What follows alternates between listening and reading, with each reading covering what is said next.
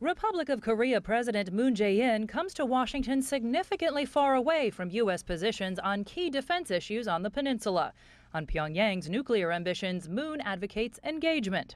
I certainly hope that the conditions could become right for such a dialogue before the end of the year.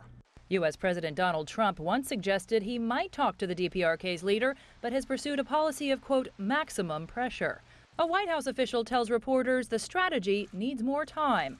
Quote, we are adding pressure and have only begun to do so. To say pressure has not worked, it's a little early to say that. In a round of interviews ahead of his visit, President Moon softened his position, saying Trump's role in resolving the Korean nuclear issue is key.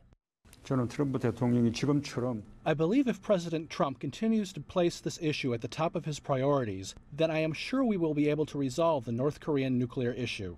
But Moon says China's role is also critical, and he plans to press Beijing to increase its pressure on Pyongyang. China provides the most economic assistance to North Korea. Without the cooperation of China in international sanctions done by the UN Security Council resolutions, these sanctions will not be effective at all. Earlier this month, a special Moon advisor, Moon Jae-in, said President Moon might suggest Washington scale back its military exercises with the ROK and, quote, scale down deployment of American strategic weapons over the Korean peninsula.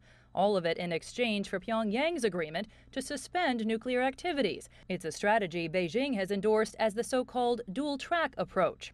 And like Beijing, Moon has opposed the American anti-missile defense system known as THAAD. He suspended its deployment pending a review. Washington says that is not a firm indication that Moon plans to reverse the decision. And when it comes to the trade talks, we know from one White House official who briefed reporters earlier that U.S. President Donald Trump is expected to bring up the $27 billion trade deficit that Seoul has with the United States. Elaine? And Jessica, will we see President Moon and President Trump in any kind of public joint appearance? Well, they will make a public joint appearance on Friday afternoon towards the end of their day of meetings. But what was once supposed to be a press conference, meaning they would take questions from reporters, one Korean official tells me has now been turned into a simple set of joint statements. This is the same treatment that we saw given to Prime Minister Modi earlier this week when he and President Trump made statements and took no reporter questions. Elaine? All right, Jessica Stone live at the White House.